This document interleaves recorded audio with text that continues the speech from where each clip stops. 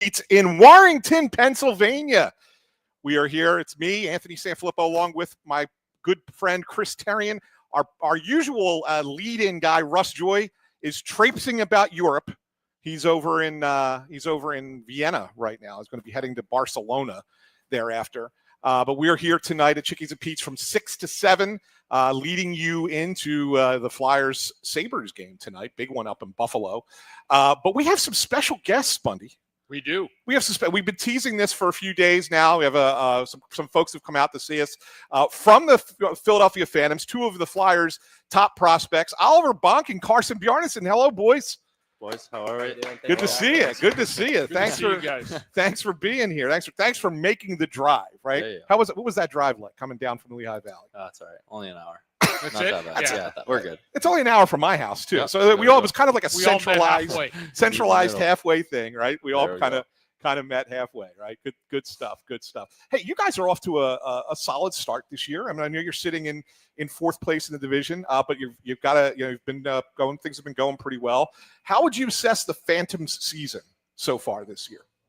I think they started really good when I was injured, and then I came and kind of went into a bit of a slump. Had a tough couple of games, but I think lately the boys have been really good and kind of all came together and trying to all figure out our games and how we blend together. So I think it's been a lot better lately and been having a lot of fun. So in other words, you're telling me the slump was your fault then? That's what it seemed like when I first came, but we figured it out and now it's all good. All right, that's good. I wanted to ask you both a very similar question because I think it's a little bit different probably for both of you. Honestly, Oliver, obviously you've been only 13 games. Carson, obviously you've been there since the beginning of the year. One of the things that I'm always told by guys when I talk to them in the NHL, they say, the hardest thing, you look back at your career, the hardest jump, and I know Bundy played collegiate hockey, but he could probably assess this as well. The hardest jump is from junior to the AHL, that it's actually tougher than going AHL to NHL. What has that been like for you guys in your first year? What is that going from junior to the AHL been like? Yeah, I mean, honestly, personally, it hasn't been too bad. I credit a lot of that to the guys that we have on our team. We have a lot of veteran guys that have shown us the ropes really well, and obviously me and Oliver appreciate it a lot, especially him coming in, being hurt and stuff, and just kind of feeling like a tight knit group. So it hasn't been too bad personally, but I can't say I ever went from junior to the NHL, so I don't know what's easier, but yeah, I mean it's definitely a different game, just overall IQ of everything, and the way the guys see the ice and all that such. So as a goalie, it's definitely important for IQ and knowing how to read the play and releases and such. But the guys in front of me have definitely made it a lot easier. I got to imagine it's faster, right? That's what I was going to ask. Yeah. Is that the biggest difference that you notice is the speed? Yeah, I think so. Just like I said, like IQ of it and just the way they process it, a little quicker than junior, and the way they see the ice. Obviously, there's plays that are predictable, and that's the thing about pro hockey. It's almost easier in that sense, just the way that you kind of know where things are going. But obviously, there's those few players even on our team that can just see the ice that much better than you can and make those surreal plays. So, and Oliver, for you, I mean, obviously you had the injury, right? So it was a little bit slower process for you before your season began. First of all, I guess a lot of people or fans must be wondering, how are you feeling? I mean, I know you played 13 games, but yeah, feels good. I feel normal now, so back to normal, all good now. That's good. That's a good thing. But how has it been for you as well? Have you noticed a little bit of a jump there from what you were used to? Yeah, like Barney said, I think it's a lot faster. Every guy here is better. Then you can't take shifts off. You can't give any guy space because they're all competent hockey players that know how to make a play now. So just what Barney said, I think faster. All the guys are a little bit that much better. So definitely a big jump. What's something that surprised you guys since you've been there, like with playing pro hockey? You're coming from junior, successful program last year in London, winning the Memorial Cup. Is there something that's really like when you get into the pro games, your first games, and you both say to yourself, holy geez, like this is really different? Is there something that just shocked you right out of the blue? I think just for me, away from the rink, just like not having a schedule on your own time and stuff like that. Like on the road, it's you're at dinner on your own, and you kind of find your own niche and group of guys. So At the rink, I wouldn't say anything too specific. Just, obviously workouts and practices are always hard, and we enjoy that and that part of the game. But away from the rink, I mean, on the road, like in the hotel, you're organizing your own dinner and stuff. So it's definitely different. It's kind of nice to have that freedom, and obviously there's no bedtime or anything set by the coaches. So it's kind of nice. You're kind of on your own ropes to take care of yourself and kind of fend for yourself. So speaking of dinner, good places to eat up there in the Lehigh Valley? I haven't been out a whole lot. I went to last year. We went to Orchard, I think it's called. It's a steakhouse downtown Bethlehem. Cal Peterson took us out there, and it was very lovely of him. It was a nice dinner. It was definitely the fanciest place I'd ever been to. So there's a couple of spots. Still kind of figuring it out. How about the bus rides, guys? That was for me when I turned pro. Yeah. That was like getting slapped across the face. When I went from the Canadian Olympic team right to the Hershey I played 6 games that year before I went pro with the Flyers the next year. But the bus rides to me was like getting like a wide open smack. I was like, because I couldn't believe it. You're driving like you're there going on a Thursday to a Friday.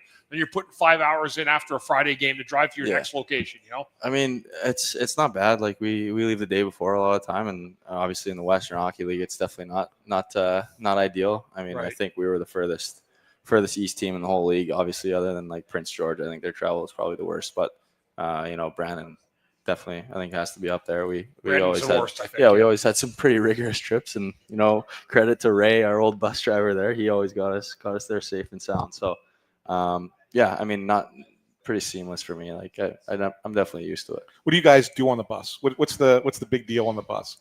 The boys like to play cards a lot. It gets pretty hectic playing cards. Just a lot of the time is taken up by that. You'd be surprised by how much time gets taken up by playing cards and things like that. But other than that, you just kind of chill. You do your own stuff. If you're not playing cards, you just kind of chill there. There's not much else to do. But I think our bus is really nice.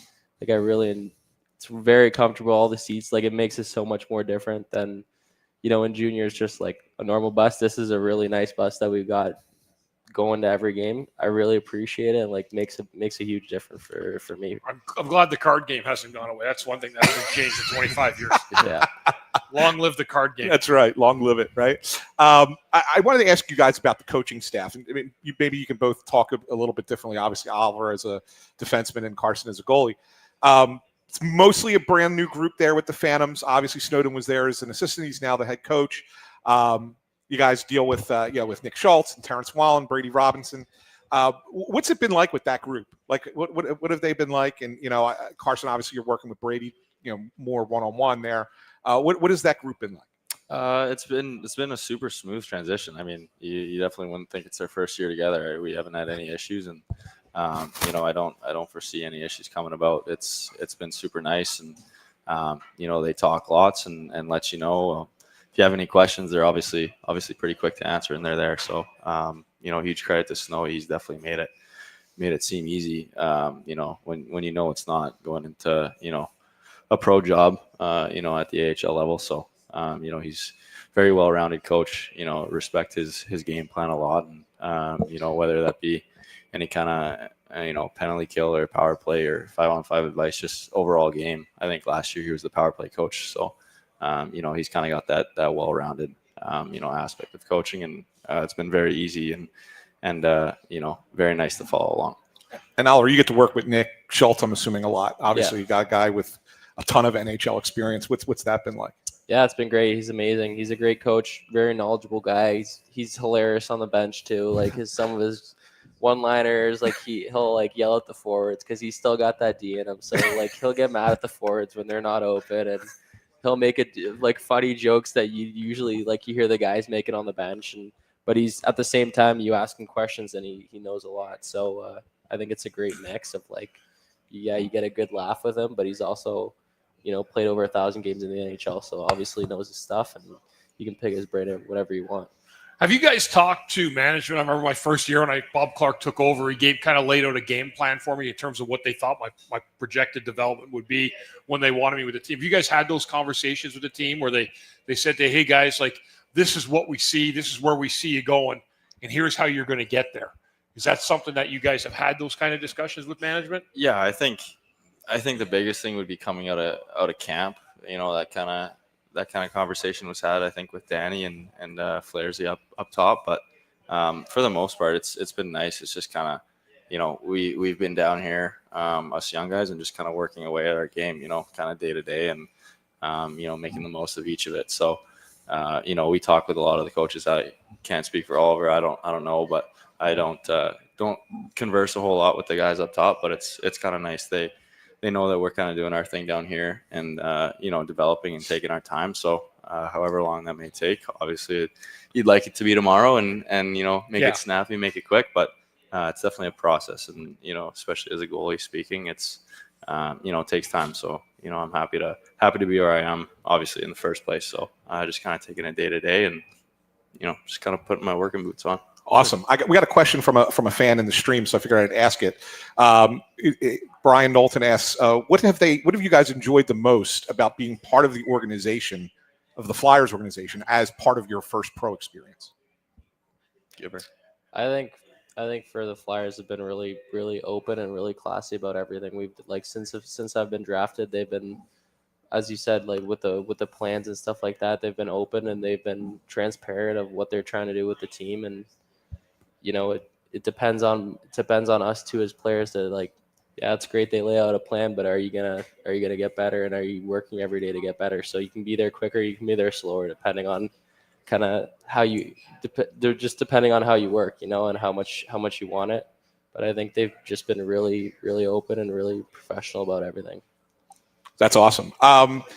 Carson, I wanted to ask you about the tandem with Alexei Kolosov. Obviously, there was a lot of stuff last year, and fans were very interested in his kind of renaissance this year. He's been a lot better player down there with the Phantoms. His numbers look really good. What has it been like working with him in tandem as a pair?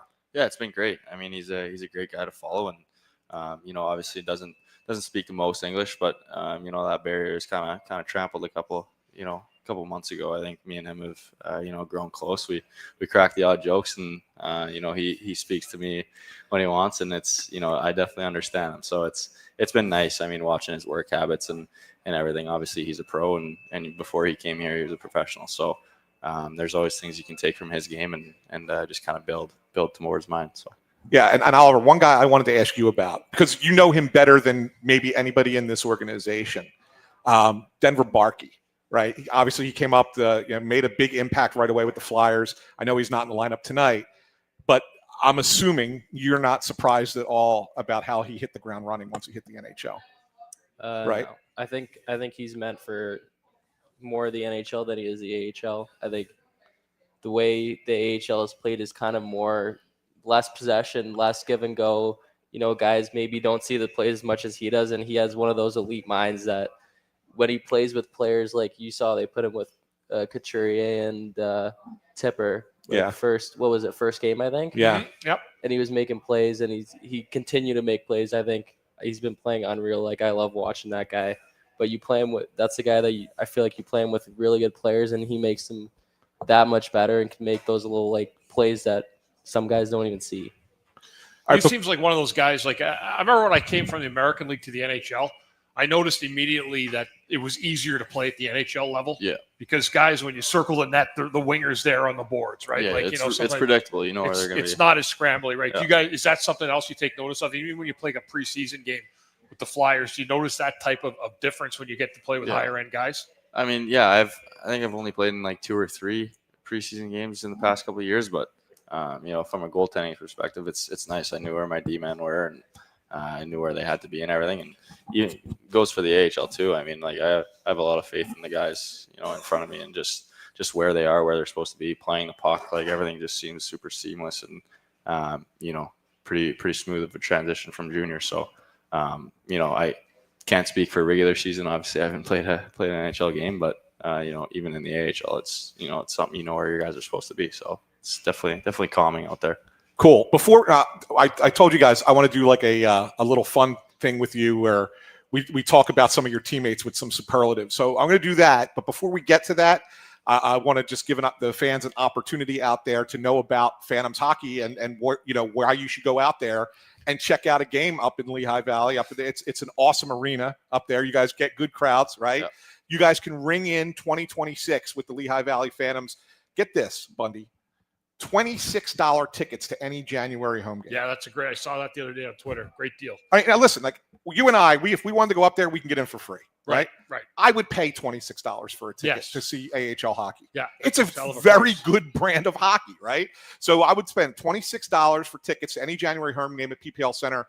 Limited time. Don't miss out. Visit phantomshockey.com to purchase your tickets now before this offer ends. Tomorrow, Thursday, January the 15th at 11:59 p.m. So that means at midnight, forget it, you're out. 2 games this weekend at home, one against Bridgeport and the other one's against Syracuse. Is that correct? That's what you guys got coming up, right? So two big games up at PPL this weekend. Be sure to check out the Phantoms. Go get your tickets now at phantomshockey.com. All right, guys. I guess I was going to ask one more question. I guess your schedule doesn't really from playing in the minors. It's mostly weekend games, so that kind of lines up a little bit with major junior, right? Yeah, I mean the scheduling. Yeah, like I mean, in Brandon, we'd always have whatever Monday, Tuesday, Wednesday, Thursday. I don't think we ever played Thursday, but like Friday games, and that happens. Just it'll be like a 3 p.m. game or something like that. But obviously that'll happen in the American League. But yeah, a lot of weekend games, which is nice. Yeah. Whether that be at home or on the road, it's kind of the same thing. Before I get to this fun stuff, I did have one other thing I forgot to ask you guys. I wanted to ask. It seems like, and you guys can tell me, it seems like something that's a little bit different this year than maybe it was last year at the AHL level.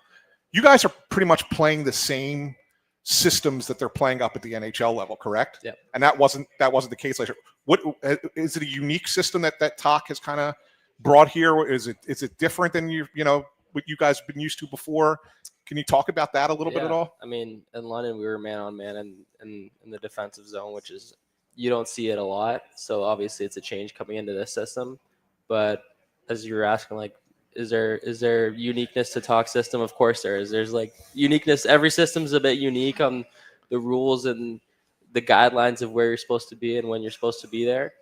But I think there's nothing too complicated about it. I think it's nice that both teams are trying to play the same way. I think it makes it more flawless for guys going up and down, and so you don't have to learn an entire new system. So I think there's definitely things that are unique to Talk's system and ways that he wants it done. But I think also it's great that we're both teams are trying to do it. So I think it makes it a lot easier. That's great. That's great. All right, here we go. This is going to be fun. We're going to have some fun now. And if you guys have the same answer, it's fine. But if you have a different answer, that's cool too. So it's all right. So I'm going to ask each of you the 10 questions about your teammates. All right, and you tell me which one is, which of your teammates fits this superlative best. Which one of your teammates is most likely to forget their wallet when you guys go on a road trip? You go. I think I'm following late on this one. I'm gonna say Sawyer Bolton. Probably. Yeah, really? I'll retweet that one. Yeah. Sawyer Bolton. Okay. Is he just a forgetful guy in general? He's just not the brightest guy. It's not just forgetfulness, but yeah. Okay. Sometimes I'm not saying he's a dumb guy. Sometimes he just doesn't have the brightest moments. It's common sense, right? He's maybe lacks common sense, right? That's that simple. I mean, I used to be that way when I was younger. I lacked a lot of common sense. And you guys are young, so I know this might be a tougher question for you, but is anybody like a really good at cooking for themselves yet? Is there anybody that's a really good home chef? I mean, Barney's not going to toot his own horn, but he made me dinner one night. I feel like he's a pretty good chef. I feel like I'm a pretty good chef. I feel like probably we're the best two on the team. I've heard a lot of Uber Eats. Probably not on the team because there's a lot of I didn't think about the older guys that are probably haven't figured out a bit more. Yeah. But under 22, I think me and Barney are probably All right, so he made you dinner. What did he make you? It was just breakfast, probably. But I think we just had eggs and eggs and bacon. But I've talked to him a couple times and a couple other things that he's made, and he's getting vodka sauce and stuff like that. Get out of town. He's getting a couple things going that you don't usually see in a 21-year-old's kitchen. So that's impressive. He won't say it for himself either. But Bonker and Carson Dorr definitely are the two guys that I'd go over for dinner. I think those two guys have a maturity level far beyond their ages, so, as they may say. So I'll give credit to those two. All right, here's another one. Who's the worst driver on the team? I don't know. Somebody gets lost. Directions. Anybody got directions are just Well, you can, reckless driving. Who would you Feel- just feel not want free. to ride in a car with? right. Feel free. Either you take it whichever direction you want to go, I Oliver. like the way Bonker and Hunter No, McDonald it's drive. who you don't want. I know. I like the way you two drive. It's a I'm gonna little toss it speedy, out there and they again. have Sorry, Audis, Bolden. Sorry, but- Bolden again for me. I think. Yeah, I've never driven with them, but you think so? Okay, yeah. Bolts. Yeah, Sorry, we're getting buddy. nuts I- over there. Bolts I've again. never huh? driven Bolts with again, them, but yeah, you know. you guys should see this guy. He's a specimen. He's a specimen. Oh, that's funny. All right. Who is most addicted to their phone? Oh. Most addicted to their Probably phone. us, me and you, because on the bus, I mean, we just sit there and listen to music and Yeah, don't do a whole lot. We watch cards the other time, but yeah, probably. I wouldn't call it addiction though. It's on the bus, but there's not really that many nobody people at stands the out rink, you know, that just lives on their phone. if They're you're definitely getting treatment or stuff, usually sometimes you see guys on their phones, but Yeah. I haven't really seen much of that. I don't Really? have So an it's not answer like for you. nobody's like scrolling through like TikTok videos or anything I like don't have that. a definitive answer for you there. on that one. nothing in intermissions. No, Yeah, intermissions would be kinda no crazy. suspicious activity in that resort. So I think our team's pretty good for that. All right, cool. Yeah. Who's the biggest clean freak? I like being clean, but I don't think I'm too Yeah. crazy about it. I mean, Carson Dorwart's definitely a guy I'd live with. That's definitely somebody I lived with him a bit in the summer, and he's got a pretty tight ship, and I like that. So So is that your answer? I think Katie. Katie, yeah. Yeah. You or Katie. I think you also. mine might be Barks. He lives Yeah? with yeah. four guys right now, so it's that probably dialed back a little bit because he's obviously living with four other guys. But I'm pretty much in every hotel with him for camps and stuff, and he is a guy that likes it tidy and clean and Okay. very very organized. That's good. That's good. Which one of your teammates is most likely to start their own business one day? Sawyer? Not Sawyer. Not Sawyer Bolton. I don't think Bolt's will. No. Hunter's got a great mind. He's definitely thinks outside the box a lot of the time. Merch also. But like start their own business. I mean, who has the aspirations to do that? I mean, I could see Murchison doing that. Yeah. He's got that kind of Kaplan and And- Bumper would join together. Cap and to- Bumper to would make join a together and great make some business. combined brand, but I don't think they have the brains to pull it off. I think Murchison is a bit more. I think he's got the Instagram presence. He's got the jam to kind of Jam. get the company started. So I'd Okay. say him. Okay, cool. Who's the best storyteller on the team? Bolt. Yeah. Like right? Come on. I mean, Bolts he isn't argues bad. he argues in the middle of it just to make sure his points got Yeah. across. So like I Yeah. love that. I Cap- love listening to yeah. him. It's funny. I'd say Peterson too. Oh, yeah? There's a couple times where like I'll just pick his brain about he's been there and been around and stuff like that. So I'll talk to him and he has like good one-liners and jokes and funny stuff to say like that too. So I would say him maybe. Okay. Who's the most likely to sleep through an alarm? Yeah. I mean, I don't know. We got to stop saying Bolts. So maybe Alex Bump. Maybe I actually Bumper? couldn't tell you. I would say Hey, Bumper. I Maybe don't know. I would throw that out there. Yeah, I know if you guys keep going with Sawyer Bolton, we might have to rename the podcast Yeah. episode. Right. Yeah, I would say Bumper for that one. Yeah, I I'm could see not that sure. happening. Okay. All right. Who's the team fashion icon? Who dresses the best? Oh. Like game day, shows up in the right fit. Like who's the team fashion guy? The Swedes always got to figure Yeah, out. Ginning, all the Swedes. Ginner is probably the most stylish. Gronzi merch shows up in Yeah. a really nice pinstripe. He's always dripping, too. double-breasted with the. I think he'll rock like a plain white T-shirt under it too. It's like super clean. Okay. Wisdom. Yeah, there's a Yeah, there's I a good mean, there's amount a of guys. lot of guys. Eklund always has Yeah. has a nice little outfit going on. I All like right. So it. conversely, who is not fashion forward? Me. Probably. I mean, I haven't don't seen your know. game day fits no, yet. But, and you won't. I don't think. That's why I show up 3 hours early. It's, Yeah.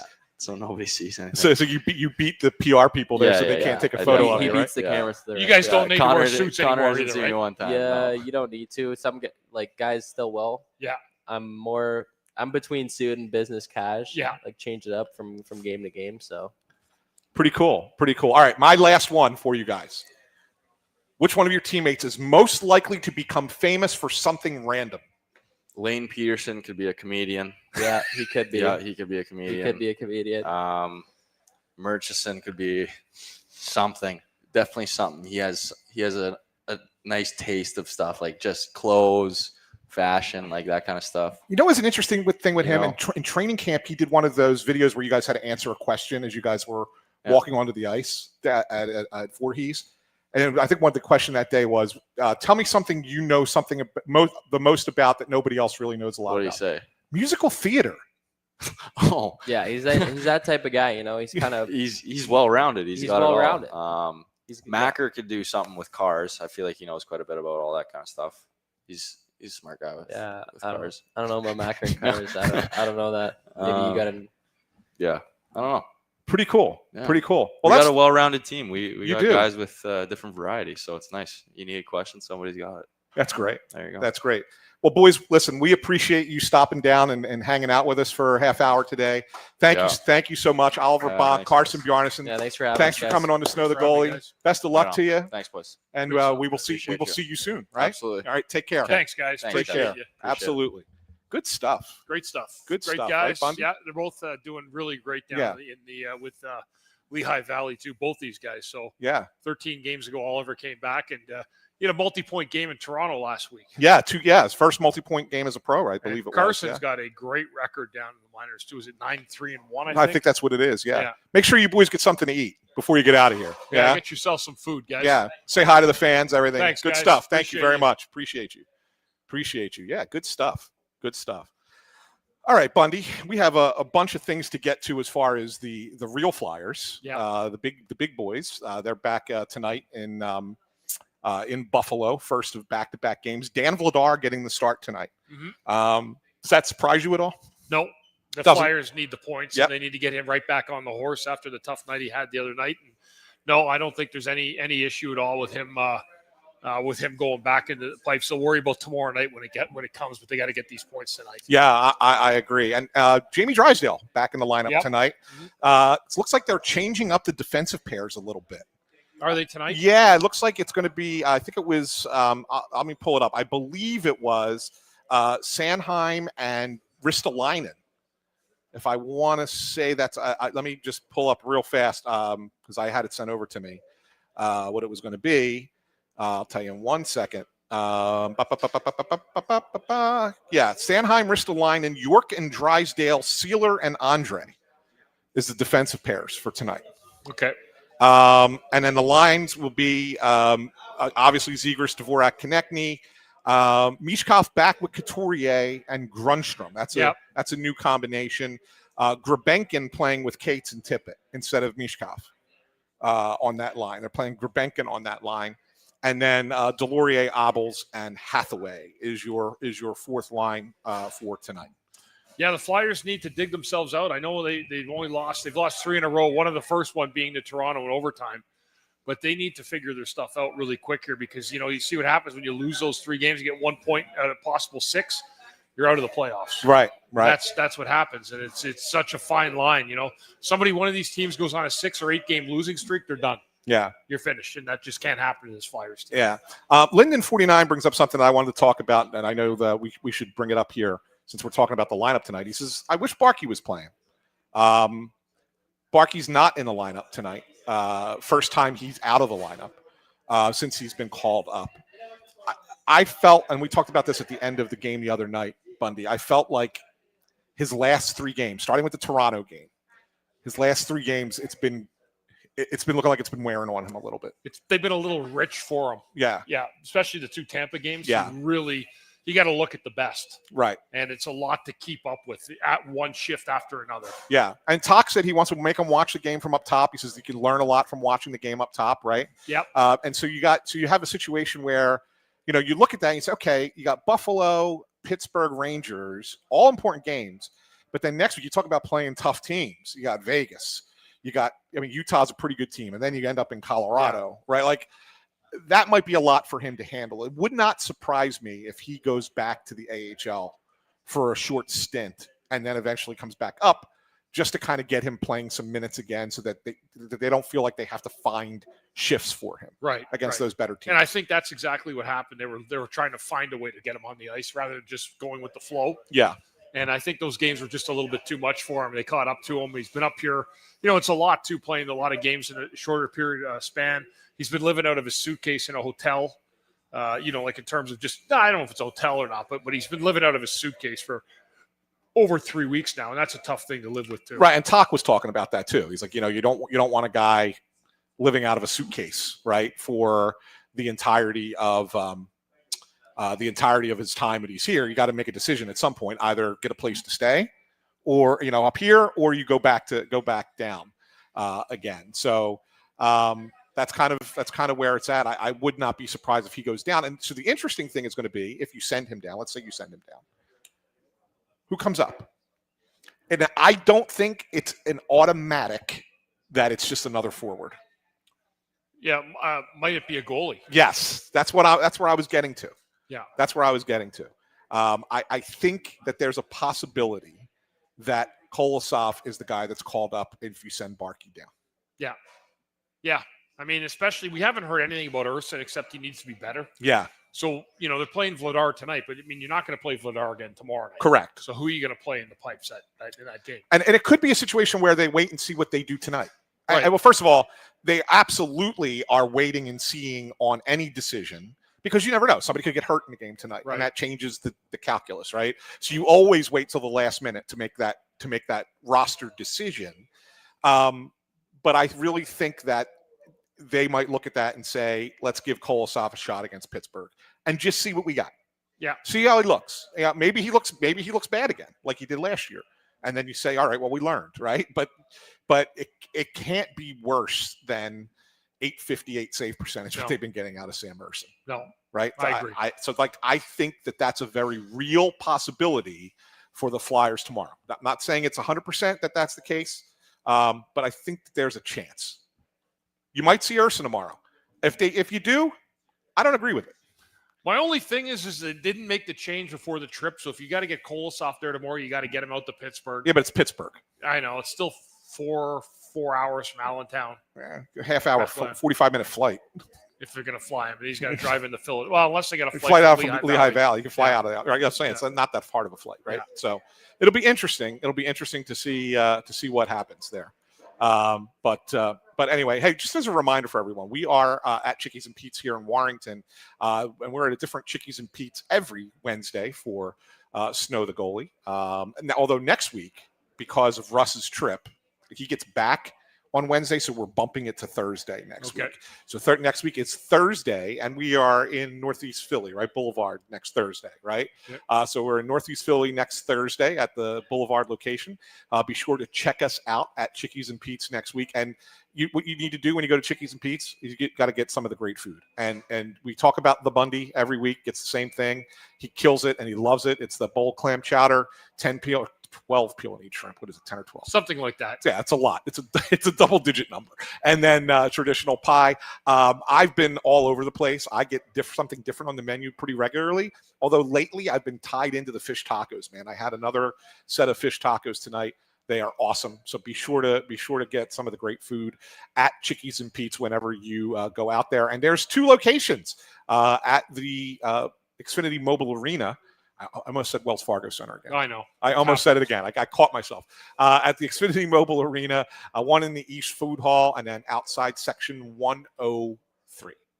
So be sure to check them out there. Another thing we have to do, Bundy, and this is going to be hard tonight. Just because, now I know that we missed a show last week. So it's been really 2 weeks since we did this. But we have to come up with our Payroll Service Solutions Player of the Week. And that is a very difficult thing to do considering the past week has been terrible for the Flyers. And just as a reminder, it's brought to you by Payroll Service Solutions. Call them today at 1-866-PAY-EASY. That's 1-866-PAY-EASY. Bundy, you got anybody? Well, I've been struggling with this one all day. I'm reaching, and I'm going to throw a little stuff behind it, but I'm actually going to go with Christian Dvorak. Okay. He scored the lone goal against Tampa the other night, and he signed his contract, the 5-year extension, like right around the time that the week turned. And And so that's kind of one of the reasons I'm taking Dvorak. He's earned a 5-year deal, scored the lone goal against Tampa in the Monday night defeat. So I go with Christian Dvorak for continually being a consistent player and getting rewarded with a new contract. The one that I came up with to rival that, and this is again kind of a stretch, but I think it considering it was the last week. Garnet Hathaway. Yeah, he's been good. Scored a goal. Yep. Finally scored a goal. Yep. But no, seriously, the way he's played on the fourth line is exactly how he needs to play. He needs to play like that every night if he's going to be in the lineup. Yeah. And the message was taken by him. Like he got scratched and it wasn't a good thing. I mean, he was out for 6 or 7 games, 6 maybe. Yeah, 6 games in a row. It was 6 games. And he came back in and immediately the message was taken. Like you saw a different player on the ice. Yeah, you did. And he's been mixing it up. Like he's been physical. He's been, getting in, being a pest to guys, getting in their faces. Like went to the front of the net, got that nice deflection on the goal that he scored. That's what they need out of Garnet Hathaway. If Garnet Hathaway could play like that, you're not looking to find another fourth-line winger. No. Right? I mean, you're not. I mean, that's exactly what a fourth-line guy is supposed to be doing. So that was my guy. My guy is Garnet Hathaway. I like that one too, though. And I'm going to ride you with that one. Oh, okay. Better fit than Dvorak. Okay, good. So we came to an agreement there. Yeah. Oh, awesome. So Garnet Hathaway, congratulations. Garnet Hathaway, you are the Flyers Payroll Service Solutions Player of the Week. Call Payroll Service Solutions today at 1-866-PAY-EASY for the smart choice in payroll services. Payroll Service Solutions, catering to the small and medium-sized business to handle all of your payroll needs. Call them today, once again, at 1-866-PAY-EASY. Bundy, the power play, man, I feel like we go over this game in and game out. And I feel like a broken record talking about it. But when you look at it, like they are worse now. And there's better players on this team this year. Yeah. They are worse now than they were under Rocky Thompson. Yeah, I know. That doesn't make sense to me.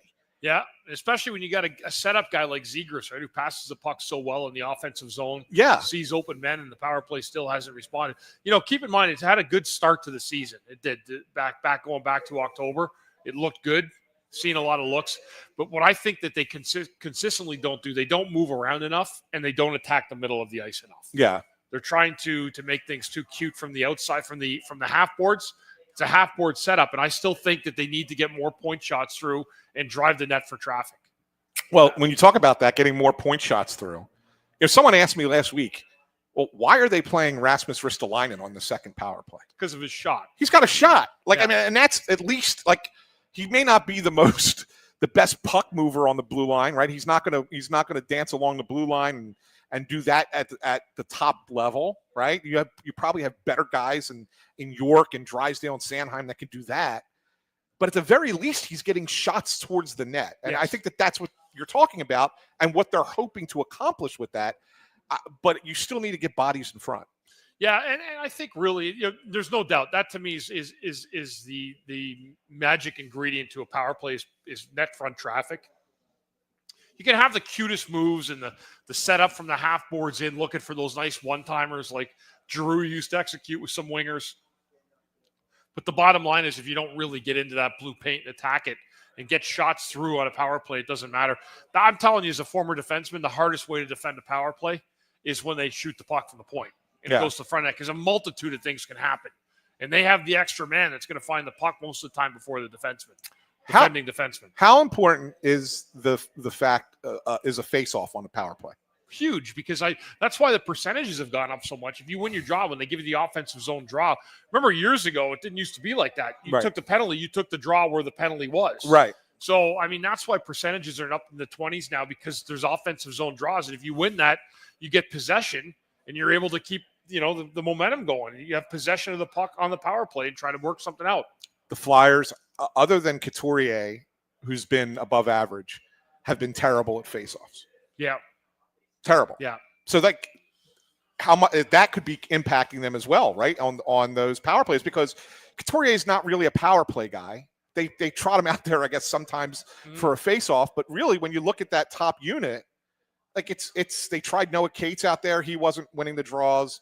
Zegras isn't winning the draws. Right. Dvorak is a little bit better, but he's still not winning the draws on the power play. Like, I got to think that is just as important as getting the shots from the point and getting bodies in front. Like, if you're looking for the 3 strikes for the Flyers, it's they don't have a good shot from the point, they don't get bodies in front, and they don't start with possession in the zone, and they got to constantly bring it up the ice. They had a horrible face-off percent. Was it the first game against Tampa? It was really bad. Yes. Really, really bad. And they got taken advantage of in that game. Yeah, draws have been an issue for this team, and that's why Coots probably still sees some bigger minutes and bigger situations because of his ability to win the draws sometimes. So, it goes in a lot. But on a power play, yes, winning that draw in the offensive zone, to me, becomes paramount to running a good power play, because if you lose it and then they fire it down, you got to go down, and you know how the setup goes. It's not perfect every time when you go the length of the ice to try to come in the zone under control. So that's definitely one of those areas in the game where they just need to be better at. So getting back to, I know Russ hates talking about the game that's coming up, right? Because obviously by the time a lot of people listen to this episode, it will be after the game. And I'll be like, well, do we really want to listen to them talk about a game that has already happened? This is a question I'm going to ask that I think will carry through even after the game against Buffalo, if people are listening tomorrow or Thursday or later in the week. What do you think the reasoning is for breaking up the Sanheim-York pairing? That's a good question. I think maybe just to get a different look, and I'll be honest with you, I think both guys have struggled in those 2 games against Tampa. Yeah. And sometimes you can get yourself caught in a little bit of a rut. Or even playing with Desjardins, there'd be once in a blue moon, they just switch us up for a little while. Not long, but it would just throw a little bit of a wrench in, give a different look, a fresh look. It's no different than a line where you're playing with the same 3 guys and it gets stale. Yeah. And then you just change up those lines just to kind of unravel a little bit. Then sometimes you can put it back together. But I think that's one thing. I think Sanheim on the left and then Risto playing on the right is another a good tell, because they're both playing on their same sides. Right. Sanheim's been playing on the opposite side, right, with York, right? Yes. Yeah. So I think that's one reason. And then let's see what Risto does. I mean, I think maybe that gives an opportunity to put a true shutdown pair, because Risto to me is a more defensive-minded player than Cam York. Yeah. So if they're going to try to maybe do a matchup with those 2 guys, we'll see how that works itself out.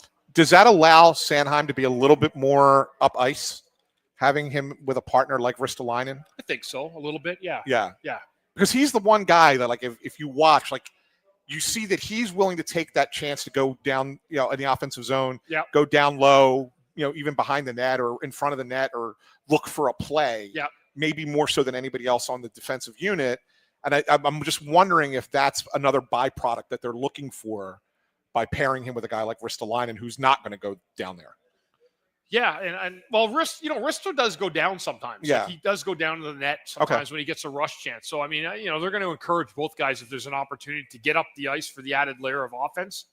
But I think Sanheim's more the guy that can contribute offensively than Ristolainen. I think they're just looking for some separation tonight from those 2 guys, give them a fresh look, and then see if a Sanheim, Ristolainen, 2 guys playing on their same sides gives them a better defensive matchup against offensive opponents' top lines. Yeah, very well. Could be the case. On the offensive side, we talked about the lines being a little bit different, and obviously the top line's together, the fourth line's together, but they mixed and matched the second and third line. What do you think they're looking for there by putting Grabenkin now with Noah Cates and putting Mishkov back with Couturier? So it's Grabenkin, Cates, and who did I say it was? Grabenkin, Cates, and was it Tippett? Tippett. No. Why'd you do this to me? Yeah. It's Grabenkin, Cates, and Tippett, yes. And then Mishkov, Couturier, and Grundstrom. Right, yeah. So what do you think that they're looking to do there? I wish you would have asked me that at the end of the 20 minutes of the first period. Because I'm not 100% sure with the Mishkov, Couturier, and Grundstrom line. That looks like it's more like 2 guys are set up to be checkers. Yeah. Grundstrom and Couturier. Yeah. And that leaves Mishkov in a weird situation. But Grabenkin, Cates, and Tippett, I mean, Grabenkin's showing a lot of flair lately. Yeah. He gets up on the play. He hangs on to the puck. He makes good plays. That could be a line that actually I don't mind that line. With Tippett skating, Cates' ability to play good defense and dish the puck a little bit. Yeah. That could be an interesting line, putting Grabenkin there. But again, we'll see what Mishkov and Couturier and Grundstrom do. That's the line I'm going to be focused on tonight. Well, I think, and I think it's fair to say this, right? I think that they're trying to find a spot for Mishkov. Yeah, because he's the one guy that is kind of like doesn't have a fit in this lineup right now, just because of the way he's played. I mean, it's not ripping the guy. I mean, it's based on facts. He's got one goal in the last 7 weeks, and it was an empty netter. Like, they're not getting any production from him. He's obviously struggling. He's fighting through it. It just seems that they can't find a set place for him to play that makes sense. So I don't know. You're putting him with two guys that are checkers because they'll protect him a little bit because he has turned the puck over a little bit. He's made some questionable plays. Like, is that kind of Tockett's mentality there? Putting him back with Couturier, who we had him with at the beginning of the year, and just basically saying, all right, Couturier, Grundstrom, they're a little bit more reliable. I think we can protect Mishkov a little bit better. Yeah, I think so, Anthony. I mean, just looking at all the lines today, it looks like he's kind of trying to even them all out. Like, except for the, Dvorak, Zegras, and Konechny, it's been a mainstay now for quite some time. I think that's what they're doing with Mishkov. They're putting him with Couturier and Grundstrom, two responsible players, and let them see if they can come together offensively as well as defensively. Yeah. But, I mean, that's a tough spot for Mishkov to be in because – Coots isn't exactly lighting it up either. No. So, I mean, and then Grundstrom, has kind of come back down to earth after he had that little goal run. He was on there for a while. Yeah. So it's kind of like, let's put three guys together who haven't really done a lot lately and hope that they find some chemistry. That might be it. Yeah. So talk after the game, I think it was Saturday's loss to Tampa, this was the quote, and he kind of hinted at it again. He said our best players need to be our best players against a team like Tampa or something like that. I'm paraphrasing, but it was something along those lines. I think a lot of people kind of took that as a shot at Mishkov.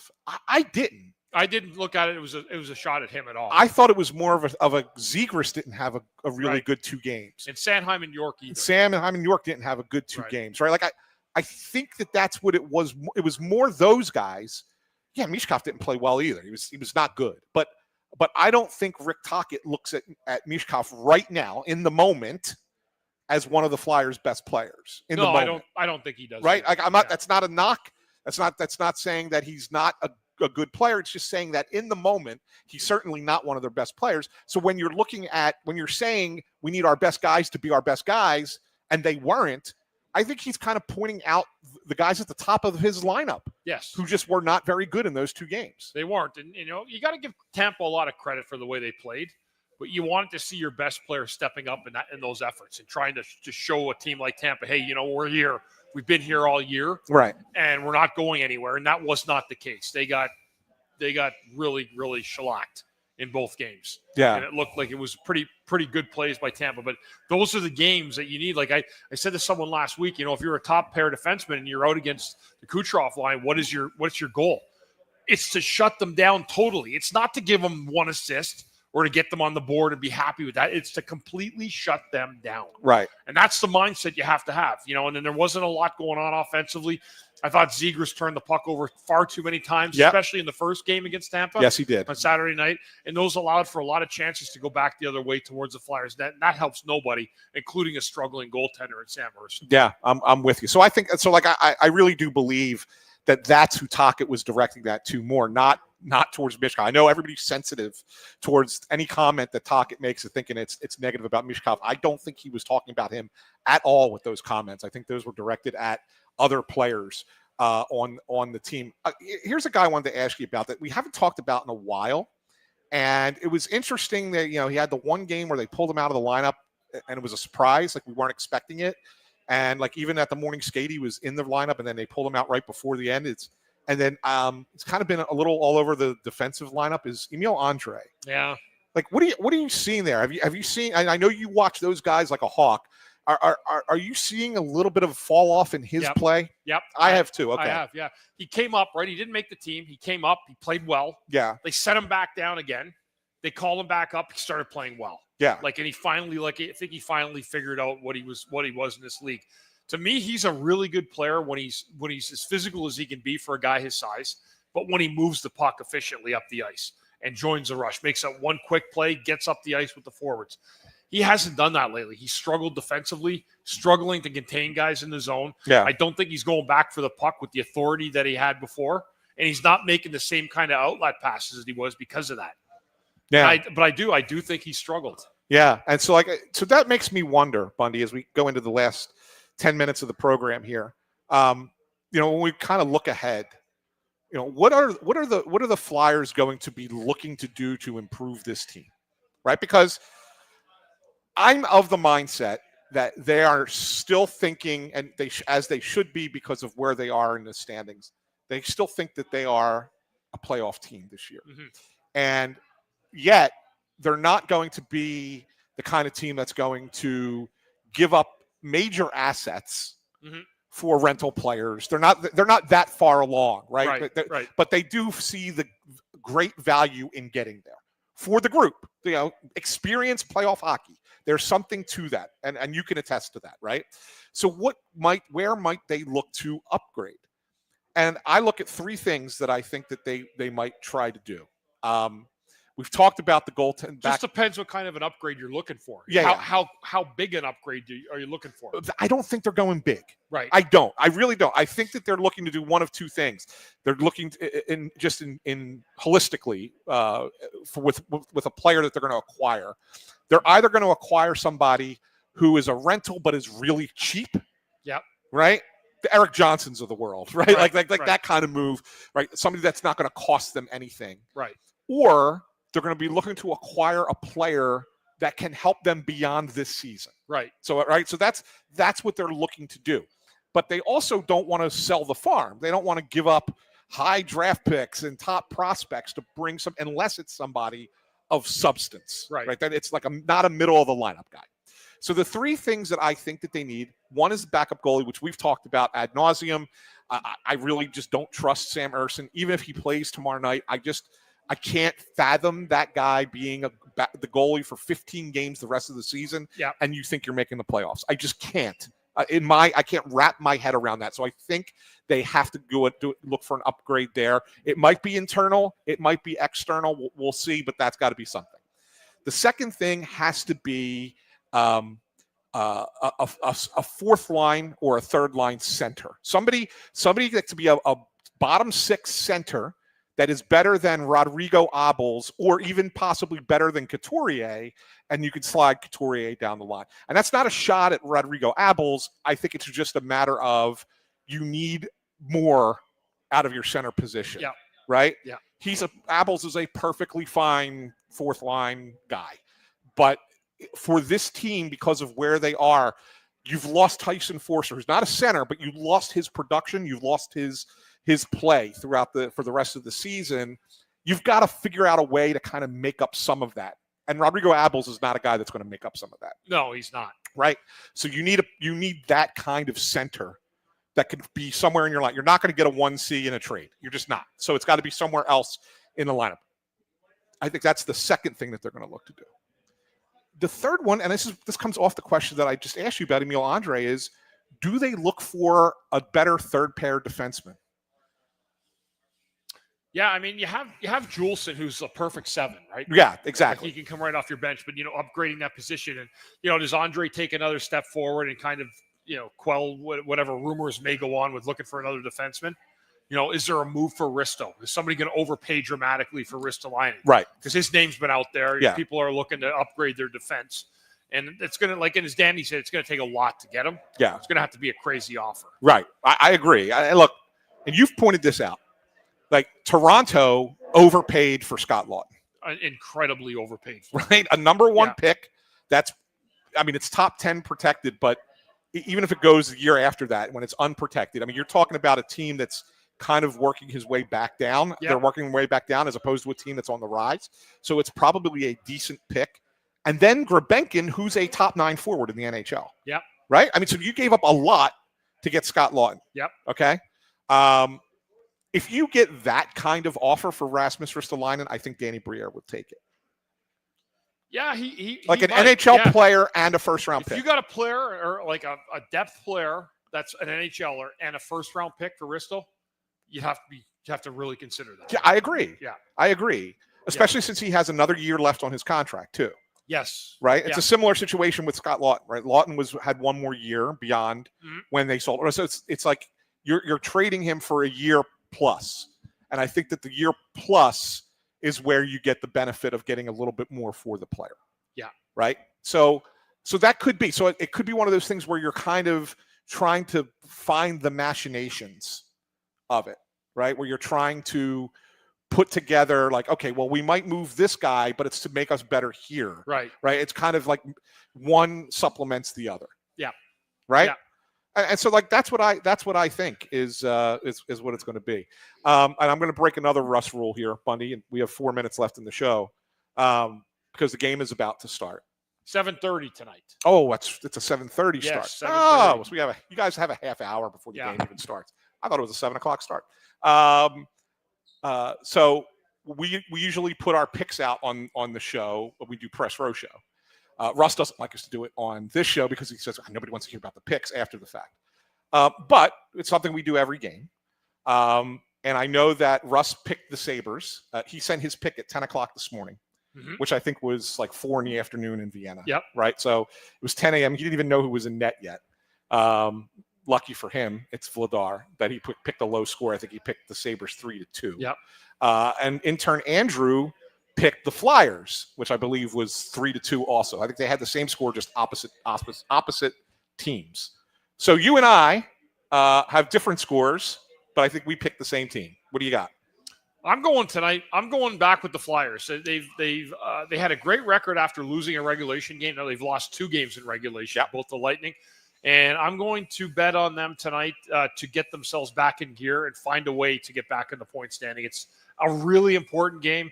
They've answered the bell all year, and I don't see why they can't do it again tonight against the Buffalo team who just lost to Florida the other night. Yeah, and I think you went 4-3 was your score, right? I went 4-3 Flyers. Yeah, yes. Okay.